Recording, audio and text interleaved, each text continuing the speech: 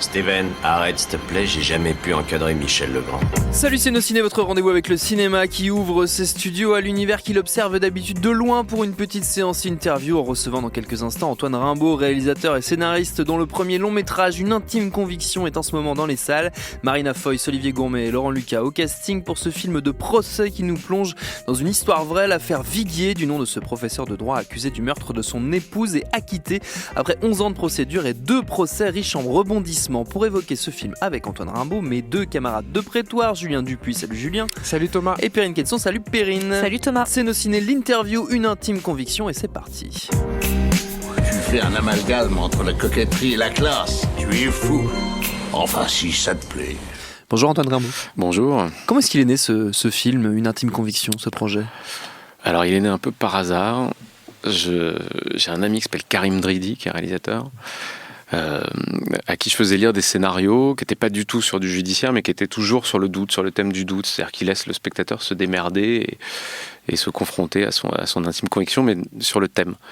Et il me parle de cette affaire, il me parle de Jacques Viguier, qu'il a croisé dans des manifestations de cinéphiles à Toulouse, parce que Jacques Viguier est très cinéphile, et il me parle de Monsieur Viguier, qu'il connaît à peine, et qui est accusé d'avoir assassiné sa femme et qui va comparaître devant les assises, et ses amis le soutiennent et apparemment il n'y a aucune preuve. Et il me parle de ça en me disant que ça va résonner, que ça va me plaire, que ça va m'intéresser, enfin me plaire, ça va me passionner.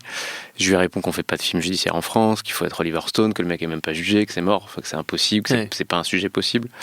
Et puis je me mets à lire tout ce que je trouve sur l'affaire, et en gros le seul storytelling sur l'affaire, je sais pas si vous en souvenez, quand on a suivi cette affaire, c'est le crime parfait, le prof de droit enseignait le crime parfait et l'a commis, voilà, pendant 9 ans, c'est ce qui s'est écrit dans la presse.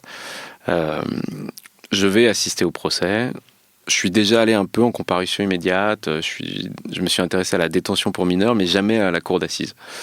Et je débarque sur cette affaire, pour la première fois, je pose mes fesses sur le banc d'une cour d'assises dans mon pays et je découvre que ce que je connais de la justice vient du cinéma américain et donc de la procédure accusatoire, et donc je ne connais absolument rien de ma justice, et qu'en revanche je suis rompu à tous les thrillers judiciaires américains qui sont aux antipodes dans les thèmes et dans la façon dont s'articule l'audience de notre justice à nous, qui est inquisitoire, qui vient de l'Inquisition, qui descend directement des procès ecclésiastiques et qui est vraiment, mais qui a rien à voir, quoi. Et le premier truc, c'est putain, pourquoi on fait plus de films de procès en France ? C'est juste pourquoi, voilà. Et puis je rencontre cette famille qui est en sursis, qui est en attente de réponse. Je rencontre Jacques Viguier qui est dans l'état qu'on peut imaginer, c'est-à-dire sous le rouleau compresseur, paralysé, et il est bipolaire, et c'est donc maniaco-dépressif, il est en phase down de dépression lourde à son calvaire.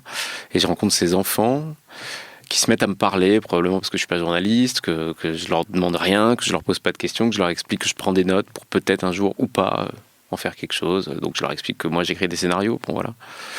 Et ils se mettent à me parler, puis la famille se met à me parler, et je fais une rencontre importante avec quelqu'un qui s'appelle Émilie, qui était la maîtresse de Jacques Viguier au moment de la disparition de sa femme. Il avait des maîtresses, c'était aussi dans la panoplie de l'accusation, quoi.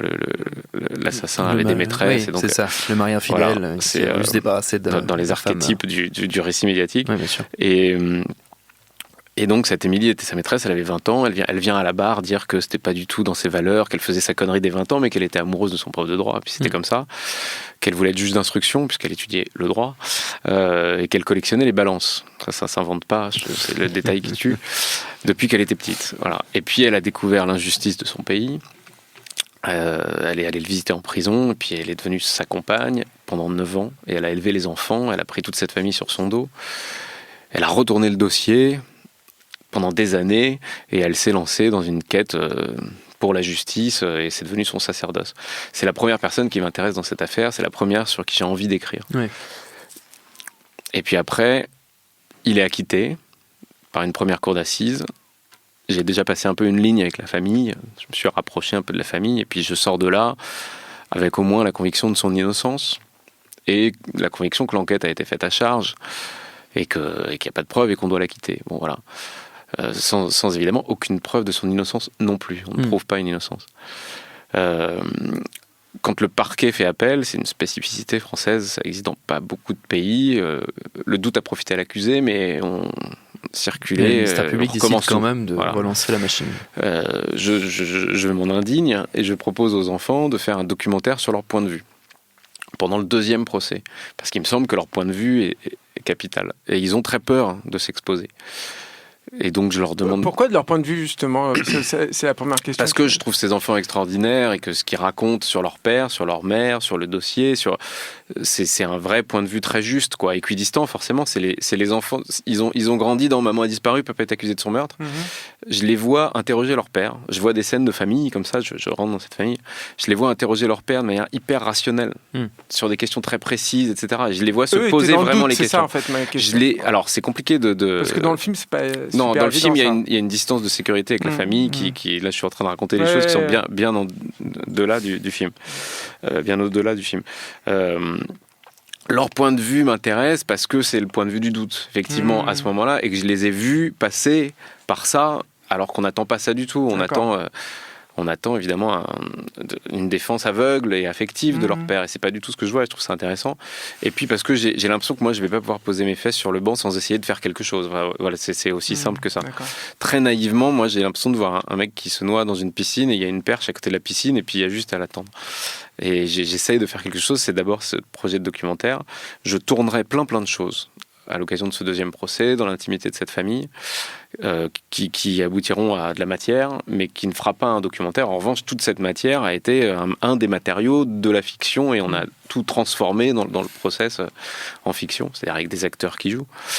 Mais ça, le scénario a infusé là-dedans, et puis j'ai donné en fait à toute mon équipe, la déco, les costumes, tout le monde en fait, le casting, toutes ces images-là, plein de montages, aux comédiens, etc., avec l'autorisation de la famille. Bon, j'ai fait un saut dans le temps, mais en gros, après ce projet de documentaire qui va se tourner, mais avec cette condition que les enfants décideront in fine si oui ou non ils veulent que ce soit diffusé, et finalement ils préféreront pas, leur père sera acquitté, ça aura plus de sens de toute façon.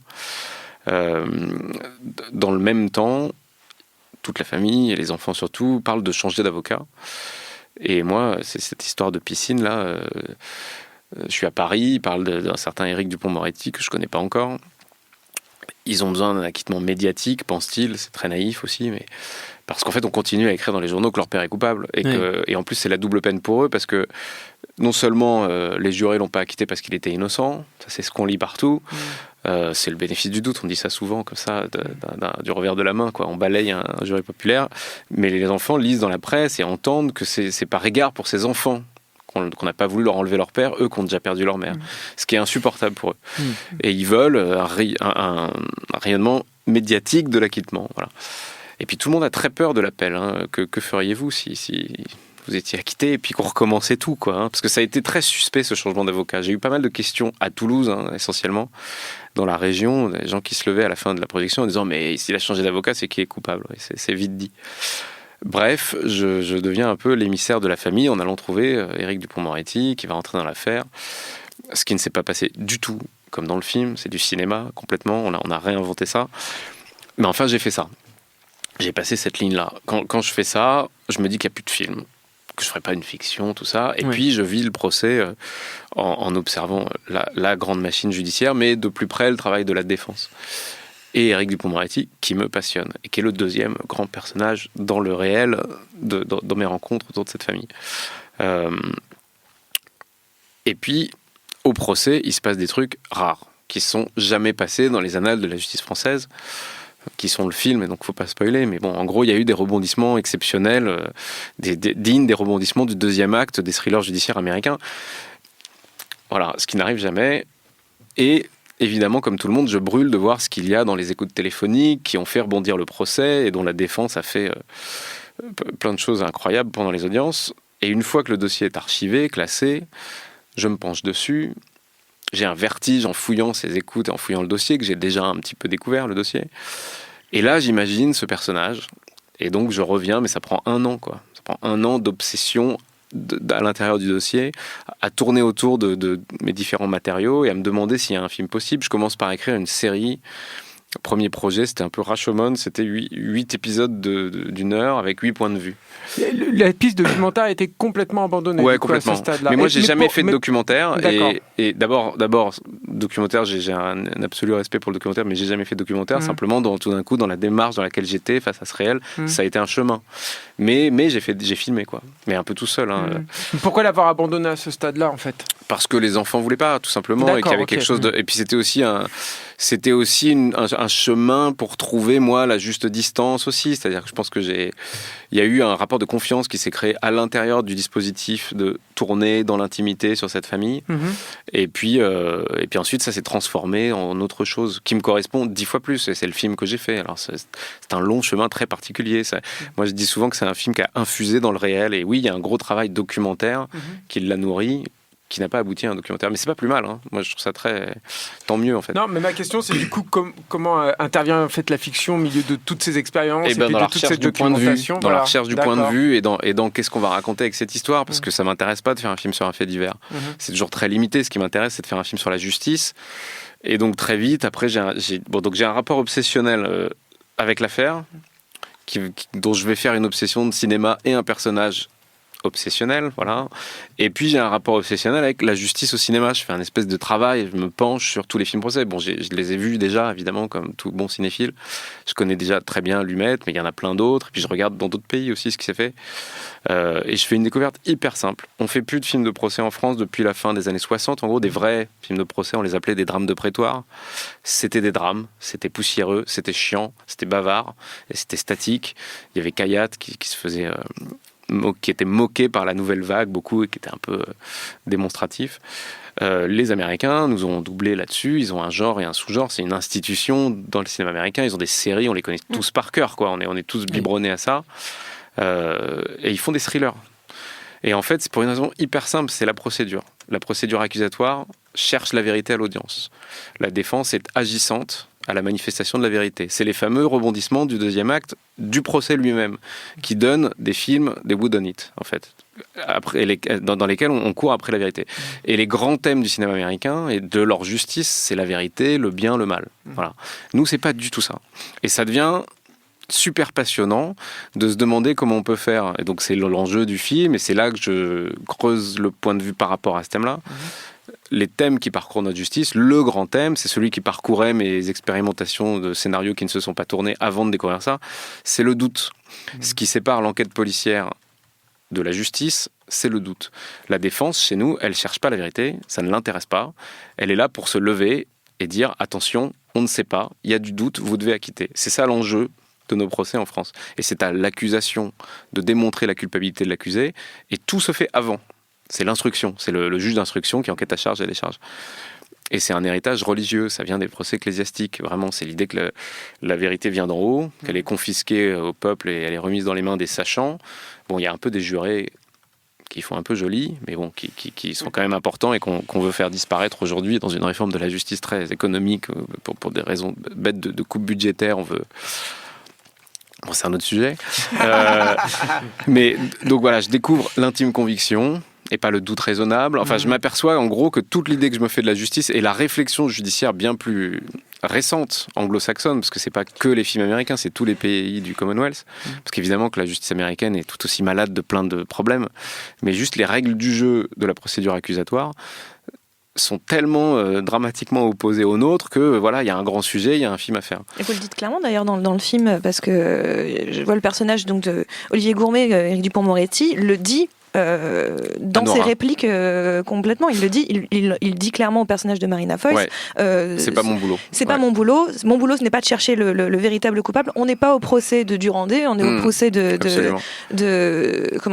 Viguier, et aussi cette idée du doute. Il lui dit qu'à un moment donné, c'est pas un doute, c'est tous les doutes possibles, et c'est là qu'on peut. En fait, c'est le sens de son boulot. En tout cas, vous le dites, vous le faites dire à votre personnage, clairement, votre découverte. Ouais, complètement. Et c'est ma découverte naïve qui est sa découverte naïve, donc c'est un poisson hors de l'eau, donc c'est une profane, elle n'y connaît rien, donc... Alors c'est un spoil, mais c'est une jurée, voilà, qui n'a rien demandé. Alors j'ai passé aussi des années à essayer d'écrire le film sous le point de vue d'un juré. Finalement, c'est une jurée en service après-vente, quoi. C'est-à-dire qui lâche pas l'affaire, qui se dit mais ils sont... Et c'est un peu vous, en fait, Marina Foïs. C'est un peu moi, c'est un peu Émilie aussi. Et puis c'est des jurés que j'ai rencontrés. Et puis c'est le monstre de tout cela, c'est-à-dire que c'est Dark Vador. Moi, je pitchais beaucoup le film en disant c'est Erin Brockovich qui va devenir Dark Vador, c'est-à-dire qu'elle porte le flambeau de l'erreur judiciaire et de la prévention de naissance, qu'elle va piétiner et elle va devenir ce qu'elle voulait combattre. C'est ça que ça raconte d'abord. Voilà. Ce qui est d'ailleurs super intéressant, c'est-à-dire qu'on suit majoritairement le film à travers son point de vue. Moi, j'aurais souhaité que ce soit beaucoup plus majoritaire, mais on pourra y revenir aussi tout à l'heure. Ouais, mais c'est un non-sens, du coup, pour moi. Ouais. Oui, non, mais justement, c'est ça qui est intéressant. Mais justement, c'est ça qui est super intéressant, c'est-à-dire que vous jouez sur la nécessité aussi du spectateur de se détacher de ce point de vue-là. Exactement. En fait, le pitch théorique du film, c'est un whodunit qui, au lieu d'élucider une vérité, ce qu'on nous promet dans un whodunit et dans un film américain, au lieu de trouver une vérité, va trouver le doute, pas comme une frustration, mais comme une valeur. La valeur cardinale de notre justice, le doute. Voilà. Et c'est la découverte de ça, que l'avocat, il se défend de la vérité. En fait, c'est le combat symbolique, ces deux personnages, entre la certitude, la vérité, la conviction, et le doute, donc l'avocat d'un côté et elle. Et puis c'est l'idée aussi que la nature a horreur du vide et que pour la justice, les accusateurs de Jacques Viguier comme Nora, il faut un coupable. Voilà. Et que c'est pas le boulot de la défense et que la justice, c'est pas nécessairement de trouver un coupable. Voilà. Bon, voilà, c'est tous les thèmes que draine le film avec l'exigence d'une écriture de thriller et de suspense qui est permise parce qu'elle cherche la vérité. Encore une fois, le film, il est construit, oui, sur une quête de vérité, et en même temps, comme le doute doit arracher la nappe sous le banquet à la fin et tout emporter, il faut aussi l'installer, ce doute. C'est pour ça que le simple point de vue de Nora, à mon avis, n'aurait pas marché, n'aurait pas suffi à retourner ce point de vue. Et c'est quelque chose sur lequel vous avez travaillé quand même le point de vue pur de Nora, ouais, bien sûr. Mais en fait, il était très...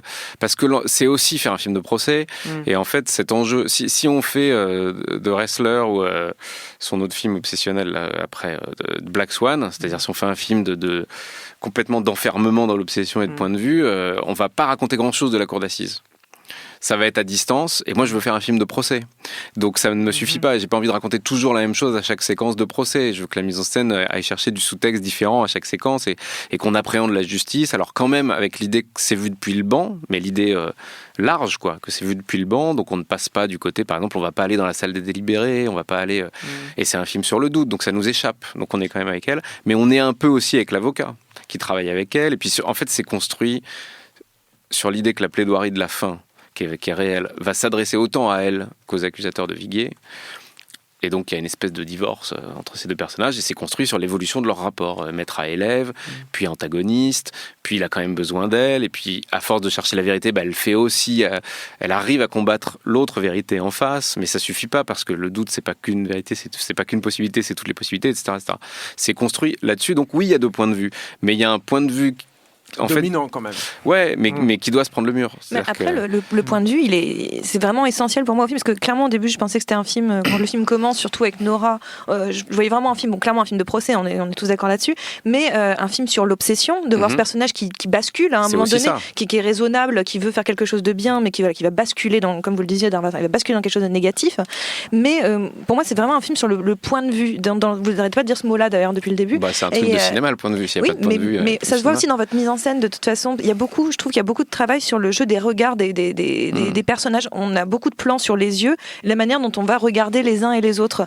Je trouve qu'à un moment donné, il y a surtout dans les scènes particulièrement de procès, on va voir Dupond-Moretti qui va regarder Nora qui va regarder Durandé qui va regarder Viguier. Il y a vraiment quelque chose comme ça où en permanence on est sur le travail du regard en fait, et quel regard on porte sur l'autre. En fait, c'est vraiment le thème central de l'affaire avant d'être un film sur l'affaire. C'est que c'est une projection permanente. C'est-à-dire que tout le monde a sa conviction et ça n'est qu'un sentiment. Et un sentiment ne fait pas une preuve. Voilà le programme du film. Un sentiment ne fait pas une preuve. Mais l'idée, c'était de faire l'apologie du doute en passant par la conviction de Nora. Et en fait, son point de vue, on en a besoin dans toutes les scènes de procès. Alors, sauf quand elle n'est pas là. Il y a une scène de procès où c'est la fille de Viguier qui est à la barre. Bon, voilà, Nora n'est pas là. Moi, j'avais besoin qu'elle soit pas là, qu'elle soit en hors-piste, etc. Donc, voilà. Et puis, il y a des scènes où elle est au resto en train de préparer des cartouches qu'elle file depuis la voiture, enfin les papiers bleus, etc., où elle fait des allers-retours, pareil, elle n'est pas complètement là.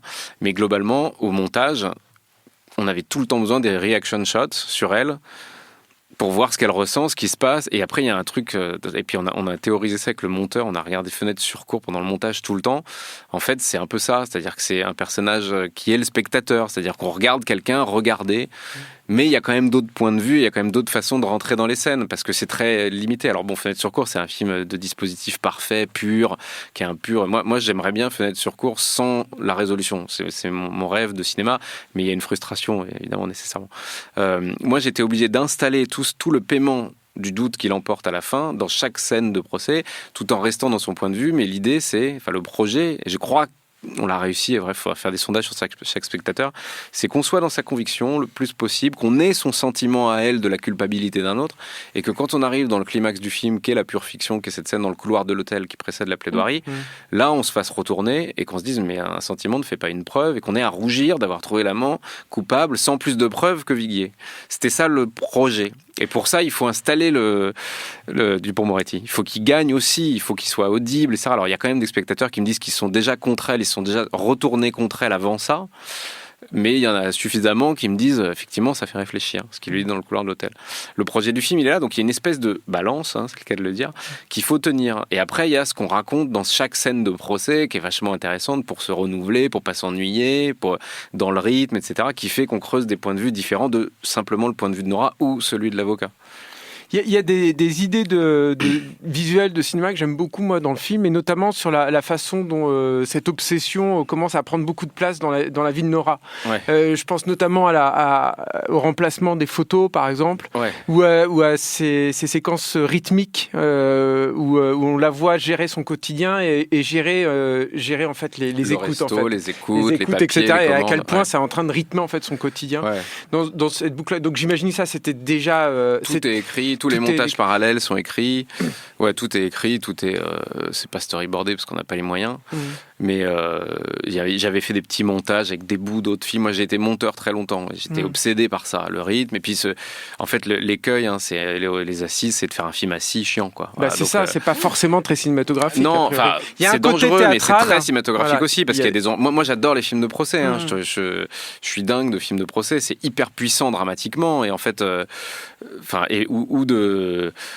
ou des hommes du président, je suis fan. C'est pas hyper cinématographique, c'est des mecs qui se parlent. Ou de Aaron Sorkin, je suis fan. C'est pas hyper cinématographique, en fait, c'est hyper cinématographique. Voilà, c'est le spectaculaire, il est d'être dans la peau des gens et de vivre une histoire. Donc, tant que ça raconte quelque chose, c'est cinématographique. Voilà. Après, fallait qu'on sente les corps, fallait que ce soit physique, fallait qu'on sente l'obsession, les nuits sans sommeil. C'est une camée en fait, elle est c'est un truc de toxico en fait, l'obsession. C'est ça les films d'obsession, c'est tout disparaît autour et c'est pour ça oui, il y a une tentation de réduire la profondeur de champ, ce qu'on fait un peu et on aurait pu faire ça, mais c'est un peu théorique en fait, c'est-à-dire que ça nous enlève aussi plein d'autres choses. Si c'est ça que tu voulais dire par aussi, ton fantasme de point de vue pur. Non, mais tu peux aussi en parler aussi parce que j'ai l'impression que vous vous resserrez en fait sur elle quoi. On le fait, mais je voulais le faire plus et puis au début c'est très très large tout le temps et après on se resserre. Non mais il y a ça, mais on aurait pu faire ça façon Black Swan, mais jusqu'au bout, être jusqu'au boutiste là-dessus. Mais bon, d'abord moi j'ai déjà vu 15 fois et ça finit par être un cliché, et ensuite je dois m'aménager de la place pour avoir un langage qui me permette, en étant compatible avec tout ça, raconter d'autres choses aussi dans le procès pour faire quand même un film de procès, parce qu'un film d'obsession où elle est de temps en temps dans un procès, en fait, on aurait viré les scènes de procès une par une pour se concentrer que sur l'obsession et que sur ce... Et c'est pas ce que je voulais faire, puisque je suis obligé d'installer... c'est toujours know your ending, c'est ce qu'on lit dans tous les manuels de scénario. Donc, tu es obligé d'installer la fin, tu es obligé de savoir où tu vas, et donc forcément, il faut l'installer, quoi. Mais on est hyper intéressé par ce procès, en fait, vraiment. Moi, parce que au-delà de l'obsession, je trouve que Marina Foïs a un personnage vraiment fascinant, qu'elle incarne vraiment particulièrement bien. Elle a quelque chose de très... avec son parler, elle a une froideur que j'aime beaucoup, qui marche très très bien. Mais en même temps, ce procès m'intéressait beaucoup dans le film. J'étais vraiment moi-même en train de me faire le boudonite, comme tu le disais.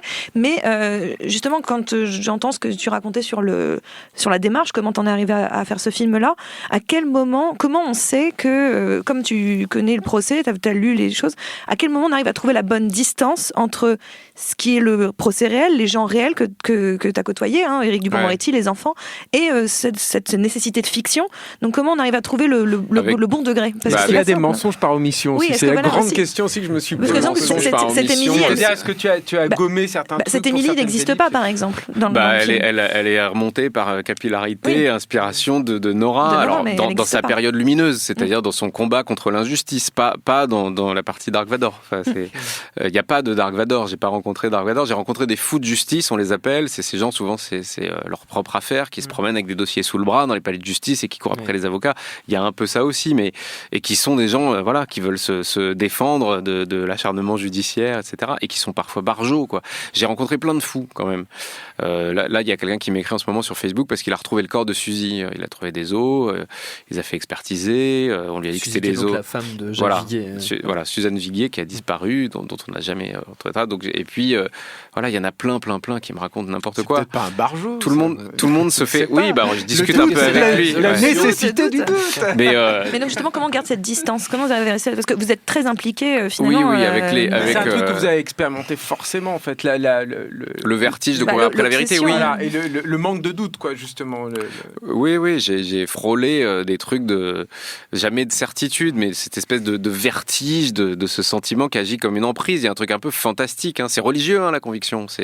On demande aux jurés. Ouais, ça a à voir avec la foi. On demande dans le silence et le recueillement. C'est ça le serment, le texte lu aux jurés, quoi. Et quelle impression on fait sur votre raison. Déjà, ça, c'est du bug complet, quoi. L'impression, la raison, c'est pas prendre une décision au-delà d'un doute raisonnable, c'est quelle impression et avez-vous une intime conviction? Ça tient de l'irrationnel. Alors, les avocats de la défense vont dire attention, c'est basé sur la preuve, et en même temps, dans le texte, il y a aussi, on ne vous demande pas compte de si telle ou telle preuve sont plus importantes que d'autres, ou tel témoignage, c'est avez-vous une intime conviction? Alors, toute justice est humaine, toute justice est imparfaite, et de toute façon, on en appelle toujours à ça à un moment donné. Mais oui, il y a un truc irrationnel qui, à un moment donné, prend possession de vous, vous isole, vous aveugle, vous enferme dans vos certitudes, et après, on se défait plus de ça. C'est ça que ça raconte. Justement, comment on s'en extrait pour écrire ça? Pour écrire un film comme ça qui, justement... à travers cette démarche de faire gagner le doute, c'est-à-dire essayer d'amener le spectateur à comprendre qu'il n'y a que le doute qui compte. Et que ça ne vaut rien, et qu'un sentiment ne fait pas une preuve. Enfin, je me répète tout le temps, mais je sais pas, avec du temps, avec un dispositif de contrainte de distance, de sécurité, comme en voiture pour pas rentrer dans la voiture de devant, avec la famille, avec Jacques Viguier. Et par contre, j'ai tout fait exploser avec l'avocat. C'est-à-dire que Dupond-Moretti à l'audience, ce sont ses mots. Tout ce que vous voyez de l'audience, c'est vrai. Les écoutes téléphoniques, c'est vrai. On n'invente rien. C'est des sélections, c'est du montage. Tout ce qui est lié à l'affaire, j'ai pas touché, j'ai pas inventé. In extenso, c'est-à-dire sans... d'accord. Ça dure plus... Ouais, c'est in extenso. On a même un montage intégral du film à disposition de la justice, si jamais on nous dit c'est pas vrai, j'ai jamais dit ça, avec les vraies écoutes et les vraies voix. Et c'est les mêmes, franchement, c'est les mêmes. Si besoin. Donc très curieux, c'est plus anecdotique, mais de demander à un acteur de reproduire ces véritables écoutes. On a fait comme ça. Ouais. C'est super bizarre, quoi. Le film a infusé dans tout ça. C'est-à-dire que la règle, c'est ça, c'est comme ça qu'on fait, c'est ça la bonne réponse en fait.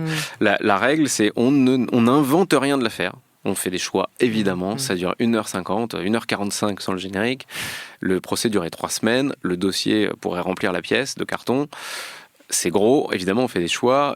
Il y a dans ce qui drive les choix, il y a l'idée de pas re-raconter ce qui a été raconté dans le storytelling médiatique sur la culpabilité de Viguier. Donc, on laisse des éléments. Évidemment, on n'entend pas prouver une innocence. D'ailleurs, Jacques Viguier en convient, il l'a dit plusieurs fois, on ne peut malheureusement pas prouver une innocence.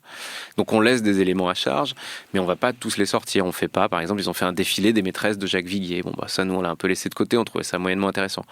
Voilà. Et le film essaye de raconter autre chose, d'aller gratter autre chose à travers Nora, mais par contre, on n'invente rien, quoi. Le seul truc qu'on invente, c'est elle et son évolution avec Dupond-Moretti. Et donc, dès qu'ils dialoguent ensemble, en fait, à partir du moment où les personnages dialoguent avec notre personnage de fiction, c'est de la fiction.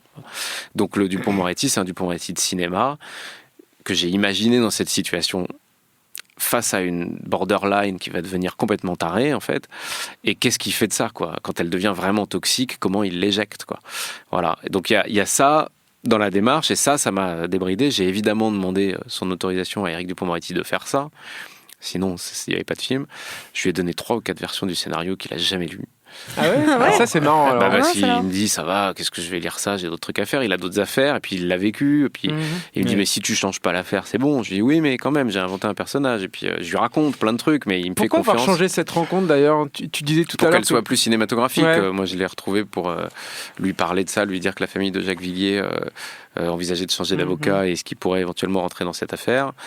J'ai bu un café avec lui, ça a duré 4 heures, je lui ai raconté plein de choses, et puis il est entré dans l'affaire. Bon, ça faisait une scène un peu chiante.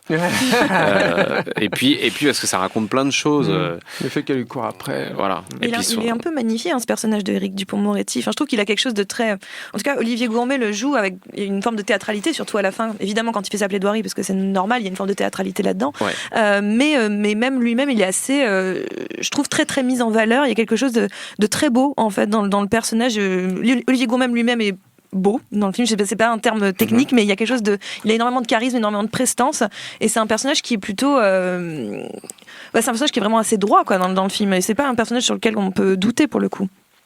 On peut pas douter a priori de sa sincérité. Par contre, il est rugueux, il est ours, il est rentre dedans, il peut être très dur. Il y a aussi tout ça, quoi. Moi, j'ai un peu désagréable. Ouais, c'est un peu dur leur rapport. Hein. Il l'envoie balader, il l'exploite un peu. Il y a tout ça aussi. Alors tout ça, c'est encore une fois Éric Dupond-Moretti de cinéma face à ce personnage-là. Donc faut vraiment.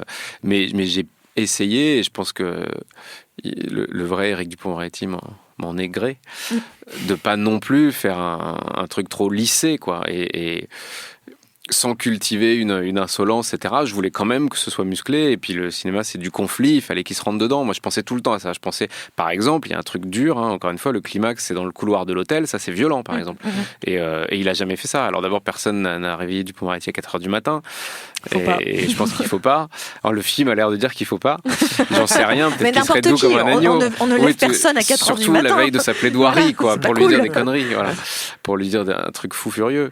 Donc, mais ça, moi j'ai construit le film sur cette scène, quoi, vraiment, c'est-à-dire je pensais à ça, dans le casting je pensais est-ce que ces deux-là ils vont se rentrer dedans, et à chaque fois les scènes c'était pour préparer ça, il fallait qu'on ait envie qu'ils se rentrent dedans, il y a une espèce de match encore une fois entre le doute et la vérité, ou de la certitude, certitude, le doute et la certitude, et c'est aussi ça le point de vue, je suis tombé plein de fois parce que je fréquente des avocats, donc dans les cabinets d'avocats, il y a très souvent cette phrase, cette citation de Nietzsche, ce n'est pas le doute qui rend fou, c'est la certitude. C'est un truc que j'ai vu très souvent chez les avocats, cette espèce de... Voilà, c'est un truc qui fait réfléchir à l'intime conviction, c'est un peu ça le film, ce n'est pas le doute qui rend fou, c'est la certitude. Ça a pu faire une bonne tagline.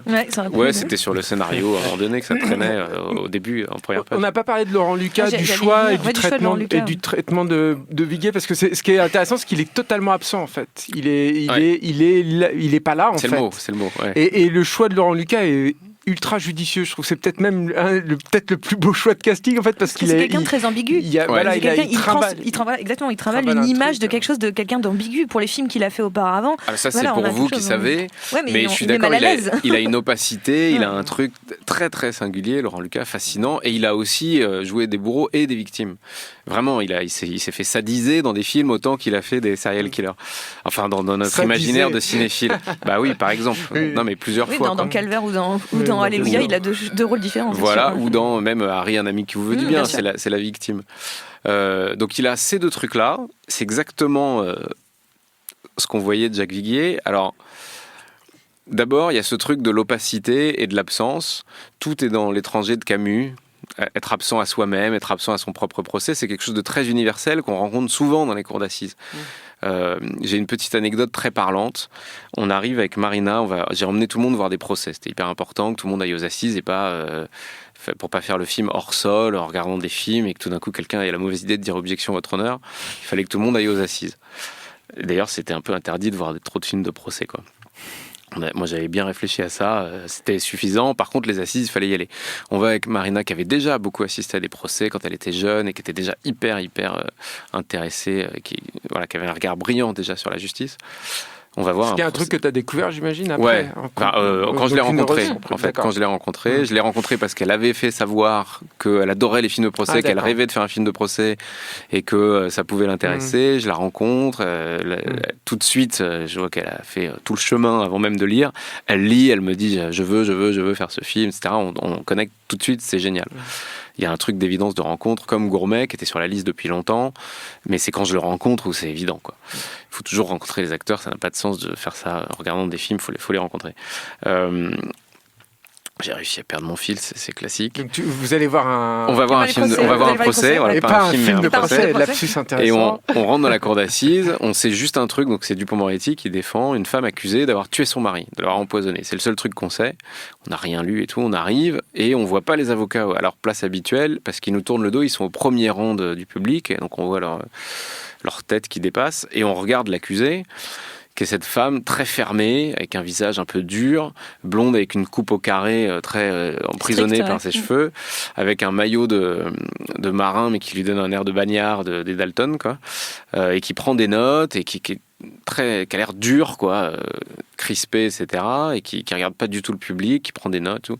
Et puis on se fait plein de commentaires avec Marina, on l'observe, on regarde, on se pose plein de questions, et puis au bout de 20 minutes, on la voit qui se lève et qui se barre. Et en fait, c'était la stagiaire greffière, parce que l'accusée, elle comparaissait libre, sur le banc, le même que ses avocats, et voilà. Et c'est juste pour vous dire que quand on vous met dans le box, vous êtes coupable. Et que je vous mets tous un par un dans le box, je dis ça tout le temps dans les salles de cinéma, après dans les débats, vous aurez une tête de coupable. Il y a d'abord ça, en fait, que le film prend en charge. Il se trouve que Jacques Viguier avait particulièrement l'air absent. Moi et d'autres, on pouvait le regarder comme le lapin pris dans les phares qui comprend rien à ce qui lui arrive. Et il y en avait beaucoup et l'accusation pour le revêtir de toutes les tares et se dire que dans son silence, il était forcément suspect et dans ses mystères et ses secrets se cachait sa culpabilité. Voilà, c'est plus on le regarde, moins on le voit. C'est vraiment ça le personnage de Jacques Viguier. Moi, le Jacques Viguier que j'ai rencontré, il est bien plus affable et sympathique que celui du film parce que, et je lui ai expliqué, il l'a compris très bien, le Jacques Viguier du film, c'est le Jacques Viguier de son procès. C'est le Jacques Viguier emmuré. Alors, il n'est pas dans son box, il comparait libre, donc il est à côté de son avocat. Mais c'est voilà, il est dans son cercueil en fait. Et on le regarde comme probablement le coupable, puisque si on l'a amené là, c'est que le dossier dit qu'il est coupable. Hein. L'enjeu d'un procès en France, c'est la vérité policière, c'est la culpabilité de celui ou celle qui est dans le box. Et puis on essaye de mettre en scène cette vérité judiciaire et de l'entériner en vérité, de cette vérité policière et de l'entériner en vérité judiciaire. Alors là, c'était que des convictions. Il y avait rien, il y avait pas de preuves, il y avait des éléments il y avait essentiellement la rumeur et la justice qui fait feu de tout bois et qui fait venir plein de gens convaincus. Les policiers en premier lieu. On fait défiler les policiers pour dire on a de l'expérience, on le sait, il est coupable. Voilà. Et Jacques Viguier, il y a vraiment ce truc, c'est un grand déballage. On déballe la vie privée, etc. Mais il y a une espèce de réduction de l'accusé par la cour d'assises. C'est pas un homme, c'est un homme réduit, c'est une statue de cire. Voilà. Il y avait tout ça à prendre en charge. Dans le mutisme, alors c'était pas simple, hein, et Laurent Lucas tout de suite premier sur la liste. Alors j'ai fait une liste parce que tout le monde me disait mais il y a rien à jouer, ça va être hyper dur, tu vas pas trouver un comédien, Laurent Lucas il va pas pouvoir suivre et tout. Et évidemment il a dit oui tout de suite, ça lui a parlé tout de suite. Voilà. Et après, comment on a fait, comment il a fait, pour moi, ça tient de la magie noire, quoi. Je trouve que c'est vraiment. Et Laurent Lucas, magie noire, je pense. Ouais, ça va bien. Ouais, ça va très bien. Non, mais c'est vraiment, moi, je suis pas comédien, j'essaie de comprendre par où il passe, mais je comprends jamais, pas plus Marina, Olivier, etc. Moi, je les nourris jusqu'à les gaver, et puis je les laisse prendre en charge, et je leur laisse de la place, et après, j'essaie de les faire jouer les uns avec les autres, et de trouver le bon dispositif pour les mettre bien, quoi. Là, je leur fais à bouffer et puis après c'est quand même eux qui mangent quoi. Où je vais faire les courses et c'est eux qui cuisinent. Je sais pas quelle est la bonne image. Il y a de la nourriture en tout cas. Voilà, il y a de la nourriture, c'est un partage. Laurent Lucas, je lui ai parlé de Jacques Viguier, il ne l'a pas rencontré. Alors la règle aussi par rapport à cette distance de sécurité, c'est que je ne demandais rien aux gens de la famille de collaborer, etc. Ils restaient à distance. Je leur ai quand même fait lire une version du scénario quand c'était... C'est quoi leur retour à eux ? Ils ont lu une version du scénario pour comprendre ma démarche. Je pense que s'ils étaient opposés, j'aurais pas fait le film. C'est difficile à dire puisque s'ils n'ont pas opposé, je l'ai fait, mais c'était quand même essentiel. J'avais pas forcément besoin de leur demander leur autorisation puisque dans l'absolu, hein, c'est une œuvre de fiction. On peut reprendre les noms. Ils ont perdu malheureusement leur nom parce que c'est un fait divers est allé dans la presse. Voilà, mais j'ai tenu à le faire auprès des enfants, etc. Ils ont compris la démarche, ils ont compris l'enjeu du film qui était de s'interroger sur la justice. Je leur ai expliqué aussi qu'il y aurait des éléments à charge parce que c'était pas honnête d'en enlever, que l'idée c'était pas d'aller la fleur au fusil pour réhabiliter leur père, mais d'amener le spectateur à comprendre qu'on acquitte quand il n'y a pas de preuves. C'était ça l'enjeu du film et ça leur allait très bien. Ils comprenaient ça. Jacques Viguier aussi.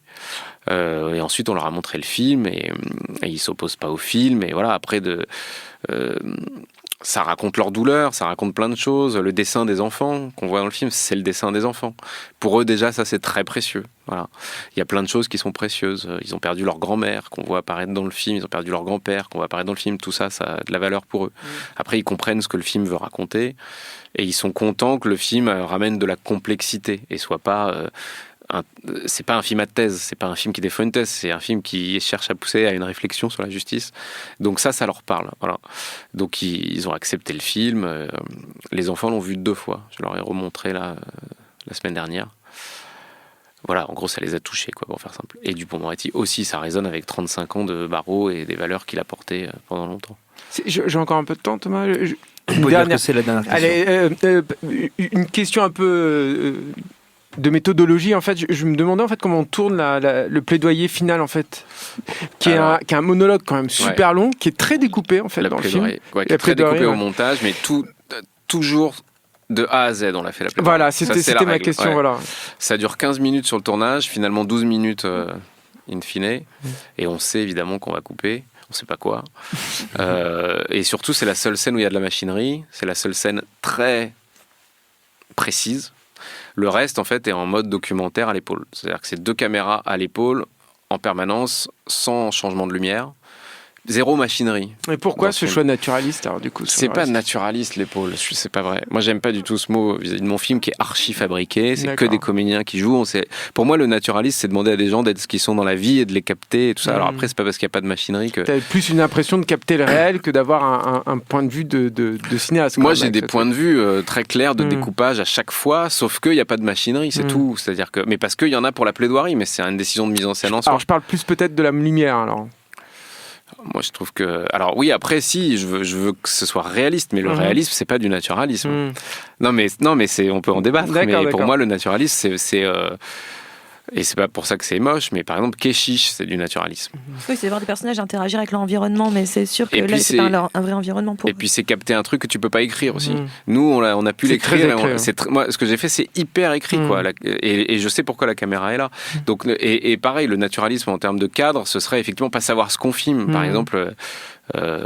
c'est pas le bon exemple, mais bon, il y a des cinéastes qui se disent je veux pas savoir où va chercher la caméra, etc. Il y a une scène qu'on a fait comme ça, c'est la toute dernière scène où là effectivement je disais pas grand chose aux comédiens, il fallait que tout soit retourné, qu'on change d'univers, que tout d'un coup on ait l'impression que tout le monde ait des sentiments, qu'il y ait de l'émotion, que Jacques Viguier enfermé dans son box tout d'un coup c'est un être humain en larmes avec ses enfants dans les bras et c'est plus le même, voilà. Et là effectivement on a laissé tout et on captait et là ça ressemblait un peu plus à du naturalisme, mais le reste du film est hyper écrit, précis et tout, sauf que il y a un sentiment un peu à l'épaule, mais qui est pas non plus, on court pas partout, quoi. Non, c'est pas du pumpkin grass. Ça aurait été bizarre de sursauter, de sauter sur place avec des gens figés. Mais il y a ce truc, d'essayer d'être dans. Non, mais plus, par exemple, il n'y a pas beaucoup de super longues focales qui écrasent les trucs. Non, il y en a pas trop. À distance. On est un peu plus proche des. Il y a une séquence qui est vraiment dans un pur point de vue de Nora, où on n'a pas de focale courte du tout, et on est avec elle sur le banc, qui est la première séquence des assises, qui est à mon avis la plus chiante à la mise en scène, voilà, et alors peut-être on aurait pu pousser les longues focales, etc. Mais après c'est aussi les moyens du film, le décor, ce qu'on peut faire techniquement, ce qu'on peut pas faire techniquement, comment tu fais rentrer ton économie c'est plus comment tu fais rentrer ton langage dans l'économie que tu peux avoir, et il faut aussi s'adapter. Mais pourquoi de la machinerie du coup sur le plaidoyer? En gros, il y a quand même des trucs d'axe.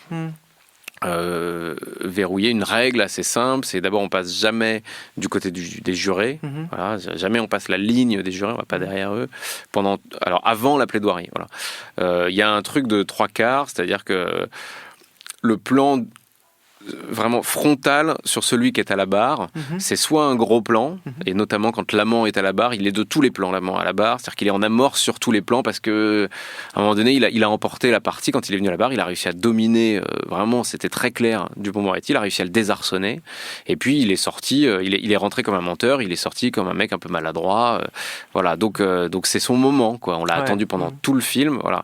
Donc il y a ça, je le voulais dans tous les plans, mais il n'y a pas de plan objectif entre guillemets. Il y en a un, c'est Clémence, qui est un personnage objectif parce qu'équidistant de la victime présumée, dont on ne sait toujours pas si elle est victime et si elle est morte, et de l'accusé.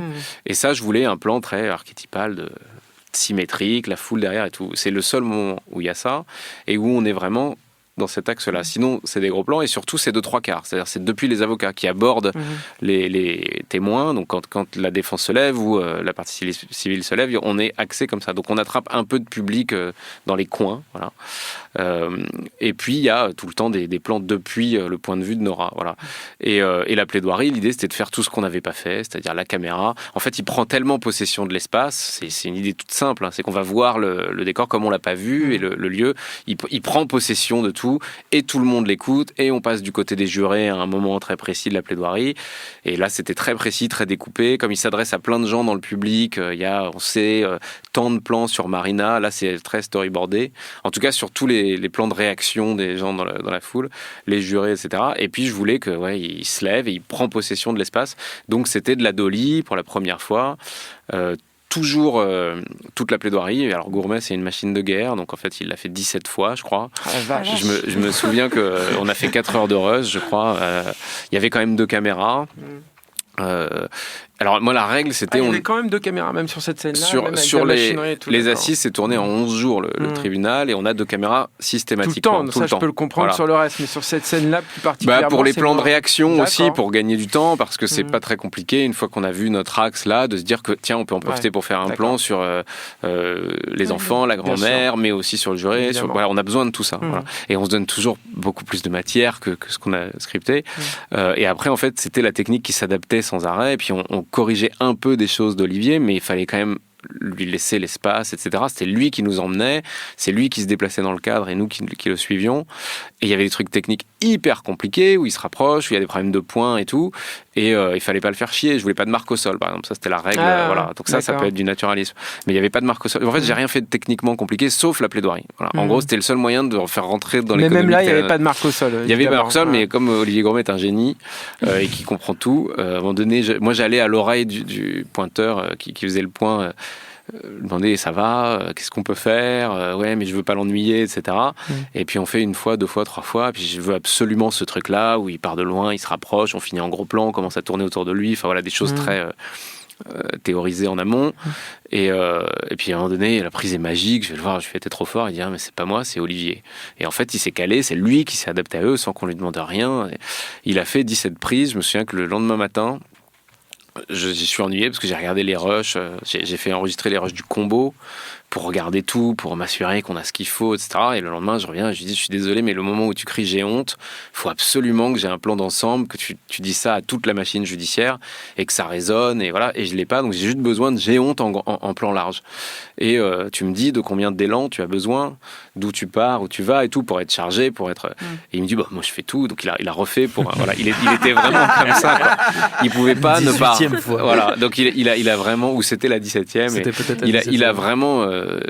donné à mort, et c'est pour ça qu'on sent la sueur sous la robe, c'est pour ça qu'il y a une puissance, parce qu'il y a de l'électricité partout, et quand on fait des plans de réaction, on les fait pas vite fait, vas-y regarde à gauche, il y a le moins de contraintes techniques possible en fait, c'est aussi simple que ça.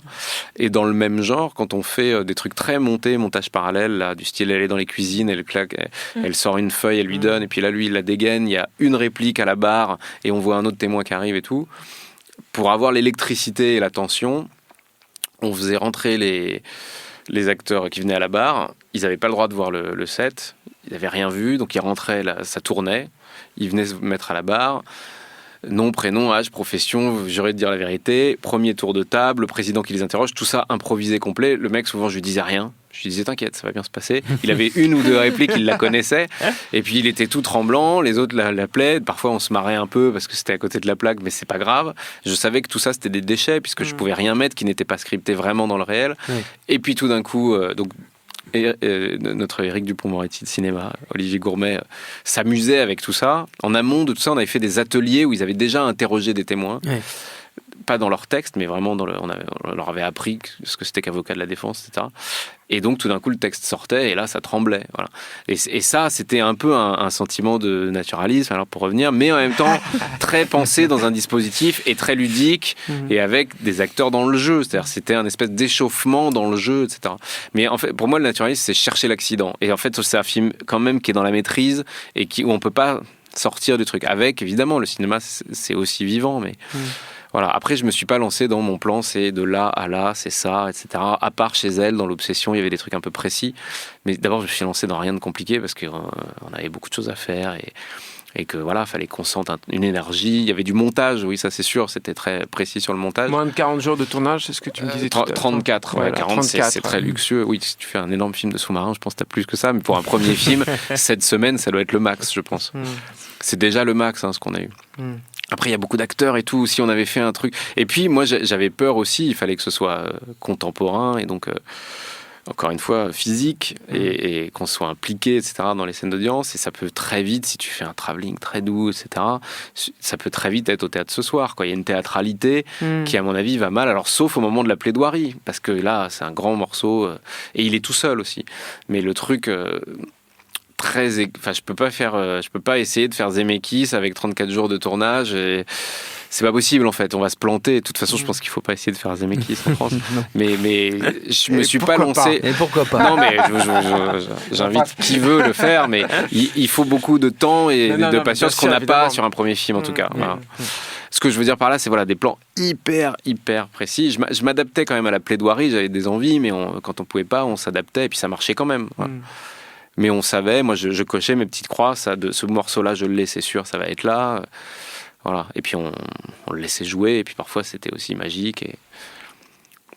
Une belle cohérence. Voilà. Merci beaucoup. Merci beaucoup, Antoine Rimbaud, d'être venu nous voir. Une intime conviction, c'est à découvrir au cinéma. Et évidemment, notre temps est écoulé. Merci également à Perrine et Julien, mes camarades, à Quentin à la technique, à Juliette à la préparation. Rendez-vous sur binge.audio, le site de notre réseau de podcast Binge Audio, pour toutes les infos utiles. On vous dit à très vite. Je préfère partir plutôt que d'entendre ça, plutôt que d'être sourd. Binge.